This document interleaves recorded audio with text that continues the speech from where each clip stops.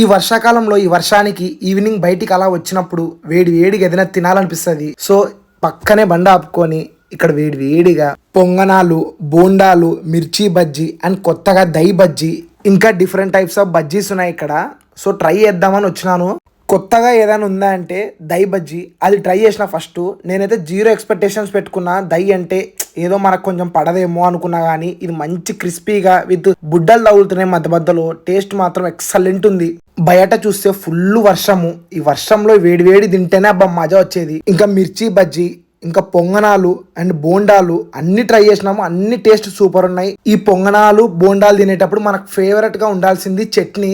అది కాక వీళ్ళు బుడ్డల చట్నీ చేసినారు. ఆ టేస్ట్ మాత్రం ఎక్సలెంట్ ఉంది.